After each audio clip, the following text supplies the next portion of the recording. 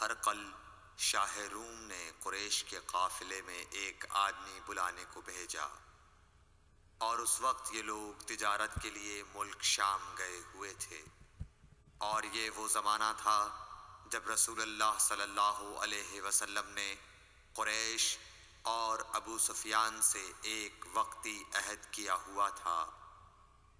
جب ابو سفیان اور دوسرے لوگ ہرقل کے پاس ایلیا پہنچے جہاں ہرقل نے دربار طلب کیا تھا، اس کے گرد روم کے بڑے بڑے لوگ، علماء، وزراء و امراء بیٹھے ہوئے تھے۔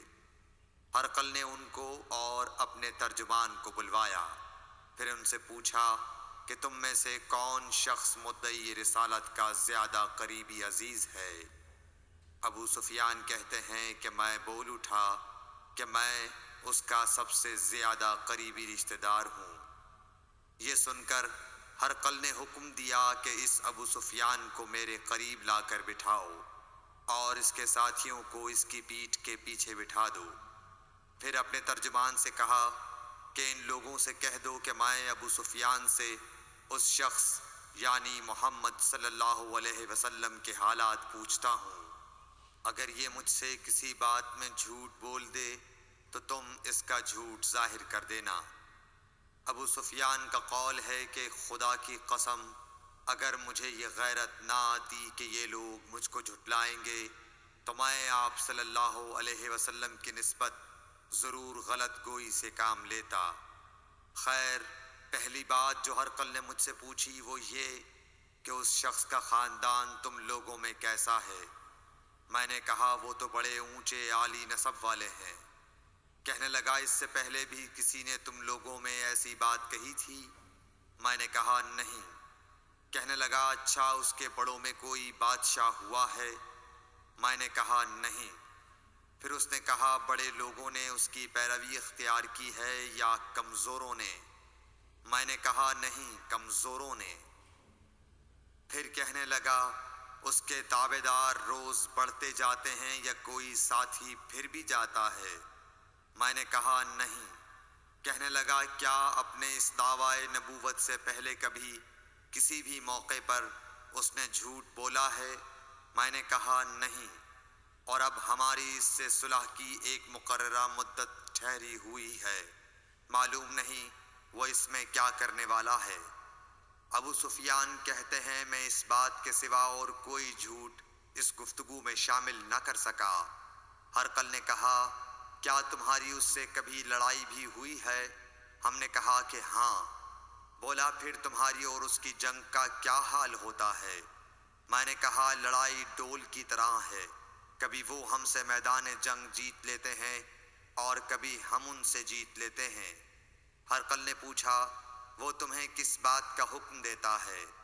میں نے کہا وہ کہتا ہے کہ صرف ایک اللہ ہی کی عبادت کرو، اس کا کسی کو شریک نہ بناؤ، اور اپنے باپ دادا کی شرک کی باتیں چھوڑ دو، اور ہمیں نماز پڑھنے، سچ بولنے، پرہیزگاری اور صلہ رحمی کا حکم دیتا ہے۔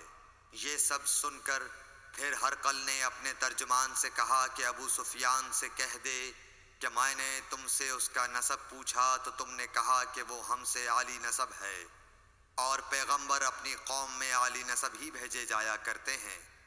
میں نے تم سے پوچھا کہ دعوی نبوت کی یہ بات تمہارے اندر اس سے پہلے کسی اور نے بھی کہی تھی تو تم نے جواب دیا کہ نہیں۔ تب میں نے اپنے دل میں کہا کہ اگر یہ بات اس سے پہلے کسی اور نے کہی ہوتی تو میں سمجھتا کہ اس شخص نے بھی اسی بات کی تقلید کی ہے جو پہلے کہی جا چکی ہے۔ میں نے تم سے پوچھا کہ اس کے بڑوں میں کوئی بادشاہ بھی گزرا ہے تو تم نے کہا کہ نہیں۔ تو میں نے دل میں کہا کہ ان کے بزرگوں میں سے کوئی بادشاہ ہوا ہوگا تو کہہ دوں گا کہ وہ شخص اس بہانے اپنے آباء و اجداد کی بادشاہت اور ان کا ملک دوبارہ حاصل کرنا چاہتا ہے۔ اور میں نے تم سے پوچھا کہ اس بات کے کہنے یعنی پیغمبری کا دعویٰ کرنے سے پہلے تم نے کبھی اس کو دروغ گوئی کا الزام لگایا ہے؟ تم نے کہا کہ نہیں۔ تو میں نے سمجھ لیا کہ جو شخص آدمیوں کے ساتھ دروغ گوئی سے بچے وہ اللہ کے بارے میں کیسے جھوٹی بات کہہ سکتا ہے۔ اور میں نے تم سے پوچھا کہ بڑے لوگ اس کے پیرو ہوتے ہیں یا کمزور آدمی؟ تم نے کہا کمزوروں نے اس کی اتباع کی ہے۔ تو دراصل یہی لوگ پیغمبروں کے متبعین ہوتے ہیں۔ اور میں نے تم سے پوچھا کہ اس کے ساتھی بڑھ رہے ہیں یا کم ہو رہے ہیں؟ تم نے کہا کہ وہ بڑھ رہے ہیں، اور ایمان کی کیفیت یہی ہوتی ہے حتیٰ کہ وہ کامل ہو جاتا ہے۔ اور میں نے تم سے پوچھا کہ آیا کوئی شخص اس کے دین سے ناخوش ہو کر مرتد بھی ہو جاتا ہے؟ تم نے کہا نہیں۔ تو ایمان کی خاصیت بھی یہی ہے، جن کے دلوں میں اس کی مسرت رچ بس جائے وہ اس سے لوٹا نہیں کرتے۔ اور میں نے تم سے پوچھا کہ آیا وہ کبھی عہد شکنی کرتے ہیں؟ تم نے کہا نہیں۔ پیغمبروں کا یہی حال ہوتا ہے، وہ عہد کی خلاف ورزی نہیں کرتے۔ اور میں نے تم سے کہا کہ وہ تم سے کس چیز کے لیے کہتے ہیں؟ تم نے کہا کہ وہ ہمیں حکم دیتے ہیں کہ اللہ کی عبادت کرو، اس کے ساتھ کسی کو شریک نہ ٹھہراؤ، اور تمہیں بتوں کی پرستش سے روکتے ہیں، سچ بولنے اور پرہیزگاری کا حکم دیتے ہیں۔ لہٰذا اگر یہ باتیں جو تم کہہ رہے ہو سچ ہیں تو ان قریب وہ اس جگہ کا مالک ہو جائے گا کہ جہاں میرے یہ دونوں پاؤں ہیں۔ مجھے معلوم تھا کہ وہ پیغمبر آنے والا ہے، مگر مجھے یہ معلوم نہیں تھا کہ وہ تمہارے اندر ہوگا۔ اگر میں جانتا کہ اس تک پہنچ سکوں گا تو اس سے ملنے کے لیے ہر تکلیف گوارا کرتا۔ اگر میں اس کے پاس ہوتا تو اس کے پاؤں دھوتا۔ ہرقل نے رسول اللہ صلی اللہ علیہ وسلم کا وہ خط منگایا جو آپ نے وحیہ کلبی رضی اللہ تعالیٰ عنہ کے ذریعے حاکم بصرہ کے پاس بھیجا تھا، اور اس نے وہ ہرقل کے پاس بھیج دیا تھا۔ پھر اس کو پڑھا تو اس میں لکھا تھا، اللہ کے نام کے ساتھ جو نہایت مہربان اور رحم والا ہے۔ اللہ کے بندے اور اس کے پیغمبر محمد صلی اللہ علیہ وسلم کی طرف سے یہ خط ہے شاہ روم کے لیے۔ اس شخص پر سلام ہو جو ہدایت کی پیروی کرے۔ اس کے بعد میں آپ کے سامنے دعوت اسلام پیش کرتا ہوں۔ اگر آپ اسلام لے آئیں گے تو دین و دنیا میں سلامتی نصیب ہوگی، اللہ آپ کو دوہرا ثواب دے گا۔ اور اگر آپ میری دعوت سے روگردانی کریں گے تو آپ کی رعایا کا گناہ بھی آپ ہی پر ہوگا۔ اور اے اہل کتاب، ایک ایسی بات پر آ جاؤ جو ہمارے اور تمہارے درمیان یکساں ہے، وہ یہ کہ ہم اللہ کے سوا کسی کی عبادت نہ کریں اور کسی کو اس کا شریک نہ ٹھہرائیں، اور نہ ہم میں سے کوئی کسی کو خدا کے سوا اپنا رب بنائے۔ پھر اگر وہ اہل کتاب اس کتاب سے منہ پھیر لیں تو مسلمانوں، تم ان سے کہہ دو کہ تم مانو یا نہ مانو، ہم ایک خدا کے اطاعت گزار ہیں۔ ابو سفیان کہتے ہیں، جب ہرقل نے جو کچھ کہنا تھا کہہ دیا اور خط پڑھ کر فارغ ہوا تو اس کے ارد گرد بہت شور و غوغا ہوا، بہت سی آوازیں اٹھیں اور ہمیں باہر نکال دیا گیا۔ تب میں نے اپنے ساتھیوں سے کہا کہ ابو کبشہ کے بیٹے حضرت صلی اللہ علیہ وسلم کا معاملہ تو بہت بڑھ گیا۔ دیکھو تو اس سے بنی اصفر روم کا بادشاہ بھی ڈرتا ہے۔ مجھے اس وقت سے اس بات کا یقین ہو گیا کہ حضور صلی اللہ علیہ وسلم ان قریب غالب ہو کر رہیں گے، حتیٰ کہ اللہ نے مجھے مسلمان کر دیا۔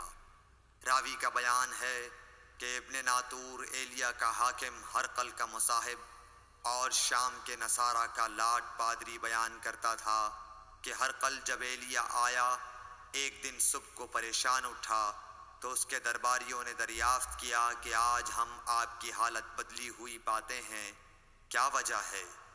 ابن ناطور کا بیان ہے کہ ہرقل نجومی تھا، علم نجوم میں وہ پوری مہارت رکھتا تھا۔ اس نے اپنے ہم نشینوں کو بتایا کہ میں نے آج رات ستاروں پر نظر ڈالی تو دیکھا کہ ختنہ کرنے والوں کا بادشاہ ہمارے ملک پر غالب آ گیا ہے۔ بھلا اس زمانے میں کون لوگ ختنہ کرتے ہیں؟ انہوں نے کہا کہ یہود کے سوا کوئی ختنہ نہیں کرتا، سو ان کی وجہ سے پریشان نہ ہوں۔ سلطنت کے تمام شہروں میں یہ حکم لکھ بھیجیے کہ وہاں جتنے یہودی ہوں سب قتل کر دیے جائیں۔ وہ لوگ انہی باتوں میں مشغول تھے کہ ہرقل کے پاس ایک آدمی لایا گیا جسے شاہ غسان نے بھیجا تھا۔ اس نے رسول اللہ صلی اللہ علیہ وسلم کے حالات بیان کیے۔ جب ہرقل نے سارے حالات سن لیے تو کہا کہ جا کر دیکھو وہ ختنہ کیے ہوئے ہے یا نہیں۔ انہوں نے اسے دیکھا تو بتلایا کہ وہ ختنہ کیا ہوا ہے۔ ہرقل نے جب اس شخص سے عرب کے بارے میں پوچھا تو اس نے بتلایا کہ وہ ختنہ کرتے ہیں۔ تب ہرقل نے کہا کہ یہی محمد صلی اللہ علیہ وسلم اس امت کے بادشاہ ہیں جو پیدا ہو چکے ہیں۔ پھر اس نے اپنے ایک دوست کو رومیہ خط لکھا اور وہ بھی علم نجوم میں ہرقل کی طرح ماہر تھا۔ پھر وہاں سے ہرقل حمص چلا گیا۔ ابھی حمص سے نکلا نہیں تھا کہ اس کے دوست کا خط اس کے جواب میں آ گیا۔ اس کی رائے بھی حضور صلی اللہ علیہ وسلم کے ظہور کے بارے میں ہرقل کے موافق تھی کہ محمد صلی اللہ علیہ وسلم واقعی پیغمبر ہیں۔ اس کے بعد ہرقل نے روم کے بڑے آدمیوں کو اپنے حمص کے محل میں طلب کیا اور اس کے حکم سے محل کے دروازے بند کر لیے گئے۔ پھر وہ اپنے خاص محل سے باہر آیا اور کہا، اے روم والو، کیا ہدایت اور کامیابی میں کچھ حصہ تمہارے لیے بھی ہے؟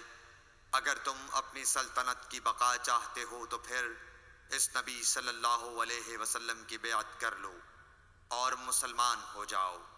یہ سننا تھا کہ پھر لوگ وحشی گدھوں کی طرح دروازوں کی طرف دوڑے، مگر انہیں بند پایا۔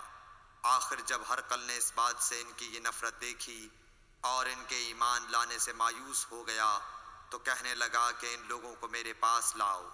جب وہ دوبارہ آئے تو اس نے کہا، میں نے جو بات کہی تھی اس سے تمہاری دینی پختگی کی آزمائش مقصود تھی، سو وہ میں نے دیکھ لی۔ تب یہ بات سن کر وہ سب کے سب اس کے سامنے سجدے میں گر پڑے اور اس سے خوش ہو گئے۔ بالآخر ہرقل کی آخری حالت یہی رہی۔ صحیح بخاری حدیث نمبر 7۔